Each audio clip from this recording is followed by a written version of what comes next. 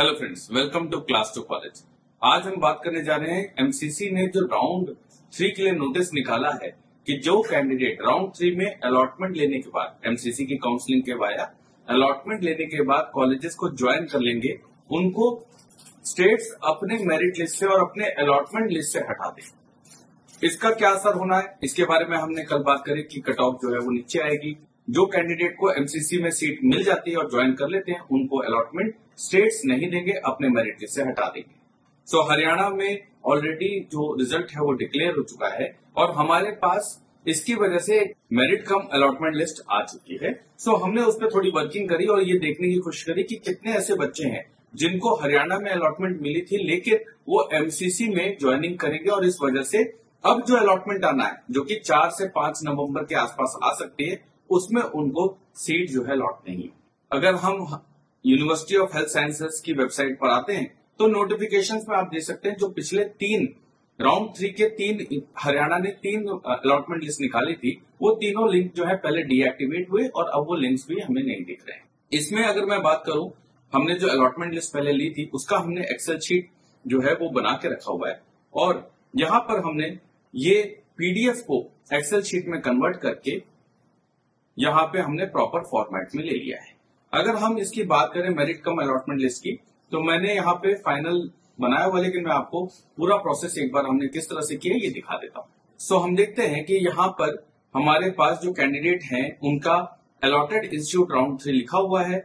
Round 1, 2 में उन्होंने क्या किया ये भी हमने देखा हुआ है। इसके बाद जो राउंड 3 में कॉलेज अलॉट हुआ है उसका क्या कोर्स है, क्या कैटेगरी में उनको अलॉट हुआ है और उसके रिमार्क क्या है, और इस लिस्ट को मैंने एमसीसी की अलॉटमेंट लिस्ट के साथ मैच किया है और एमसीसी फाइनल कॉलेज उनको 1, 2, 3 जो भी उन्होंने जिस भी राउंड में कॉलेज फाइनल कर लिया, अपग्रेडिंग जब भी उन्होंने कॉलेज फाइनल कर लिया, हमने वो कॉलेज यहाँ पर लिख लिए हैं। सो जो खाली आपको दिख रहा है या 0 दिख रहा है, वहां पर उस कैंडिडेट ने एमसीसी के 1 या 2 या 3 में कोई भी कॉलेज फाइनल नहीं किया है।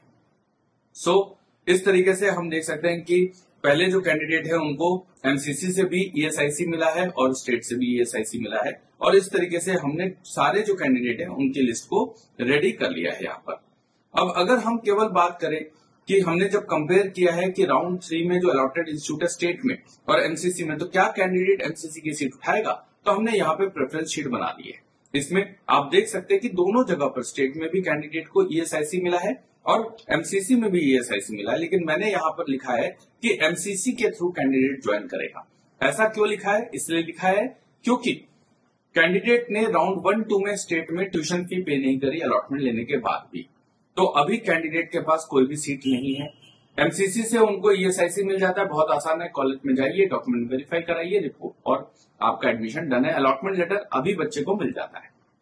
लेकिन हरियाणा में पहले फीस दीजिए, उसके बाद आपको डॉक्यूमेंट वेरीफाई कराना है, उसके बाद आप डॉक्यूमेंट वेरीफाई कराने के बाद कॉलेज में जाएंगे, तब जाके आपका एडमिशन डन होगा। तो एक लेंदियर प्रोसेस है। सो ये कैंडिडेट एमसीसी की सीट लेंगे और इस वजह से ईएसआईसी में एक सीट बच जाएगी। इसके बाद शहीद हसन खान में हम देखते हैं कि ओपन कैटेगरी का एक कैंडिडेट है जिसको एसएचकेएमसी दोबारा एमसीसी के वाया मिला और इन्होंने भी ट्यूशन फी हरियाणा स्टेट में नहीं पे करी है, तो ये भी प्रेफर करेंगे एमसीसी के थ्रू कॉलेज लेने का।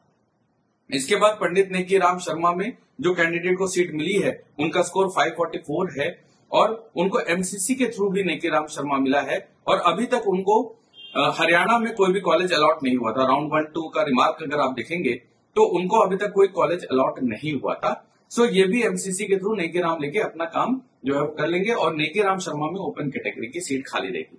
हमने इस तरीके से सारी लिस्ट पे वर्किंग करी। काफी ये देख के चले कि हर बच्चा जो है वो अपने स्टेट में कॉलेज को प्रेफर करेगा। जब तक कोई ऑल इंडिया एमसीसी के थ्रू कॉलेज जो मिला है उसमें कोई बहुत बड़ा डिफरेंस नहीं है या प्रोसेस इजी नहीं है, तब तक बच्चा स्टेट को ही प्रेफर करता है। सो हम यहाँ पर फिल्टर लगा लेते हैं और एमसीसी जितने भी हमने करे हैं, हमने अभी तक केवल गवर्नमेंट कॉलेज का लिस्ट आपको दिखा रहे हैं, प्राइवेट कॉलेज का भी लिस्ट हम आपके लिए लेकर आएंगे। सो यहाँ पे हम देख सकते हैं कि यहाँ पे टोटल जो कैंडिडेट हैं जो गवर्नमेंट मेडिकल कॉलेजेस में 7 कैंडिडेट का अलॉटमेंट जो है वो खारिज हो जाएगा, जो नई लिस्ट आएगी, और उसमें ओपन कैटेगरी के 5 कैंडिडेट होंगे जिसमें ईएसआईसी में 1, शहीद हसन खान में 1, नेकी राम शर्मा में 2, अटल में 1 बच्चा होगा। एससी कैटेगरी में 2 सीट्स जो है वो खाली होंगी, एससी कैटेगरी की 2 सीट्स खाली होंगी अटल और नेकी राम में। सो ओपन कैटेगरी में ये जो है कैस्केडिंग इफेक्ट रहेगा और इसका बेनिफिट जो है बच्चों को मिल सकता है। ओपन कैटेगरी में लगभग 5 बच्चों को एडिशनल जो बेनिफिट है वो पास ऑन होगा। वही एससी कैटेगरी में 2 और बच्चों को सीट मिलने की उम्मीद है राउंड 3 में। हम ऐसी मेहनत करते रहे, आपके लिए और वीडियोस लेके आए, और 4th और 5th राउंड के लिए बहुत इंपॉर्टेंट है कि आपको कॉलेज मिले, क्योंकि ध्यान दीजिएगा, अब अगर आप रहे राउंड 4 में अलॉटमेंट लिया और आप कॉलेज नहीं ज्वाइन करते हैं तो अगले साल 2026 के लिए आप इन एलिजिबल हो जाएंगे, आपका सिक्योरिटी अमाउंट फॉरफिट होगा, आप अगले साल के लिए भी जो है इन एलिजिबल हो जाएंगे। तो इन सब बातों का ध्यान रखना है। और अगर आपको गवर्नमेंट मेडिकल कॉलेज चाहिए या एक अच्छा मेडिकल कॉलेज चाहिए और आप कंफ्यूज हैं, परेशान हैं, तो आप क्लास 2 कॉलेज को 931901 पर कॉल व्हाट्सएप कर सकते हैं, हमारे साथ जुड़िए। हमारी मेंबरशिप ओपन है अभी फॉर लास्ट फ्यू कैंडिडेट्स, आप आ सकते हैं हमारे पास, कुछ बच्चों को हम जरूर हेल्प सपोर्ट करेंगे। और अगर आपको ये वीडियो अच्छी लगी है तो इसको लाइक जरूर कर लीजिए, हमारे चैनल को सब्सक्राइब कर लीजिए और कमेंट सेक्शन में जरूर अपने कमेंट दीजिए, जिससे हमें इंस्पिरेशन मिलता रहे, नए वीडियोस के आइडियाज मिलते रहे, हम आपके क्वेश्चंस का जवाब अपने वीडियोस के थ्रू लेकर आ सकें और इसी तरीके से हमारा साथ चलता रहे। तो चैनल में जुड़े रहिए। Thank you very much.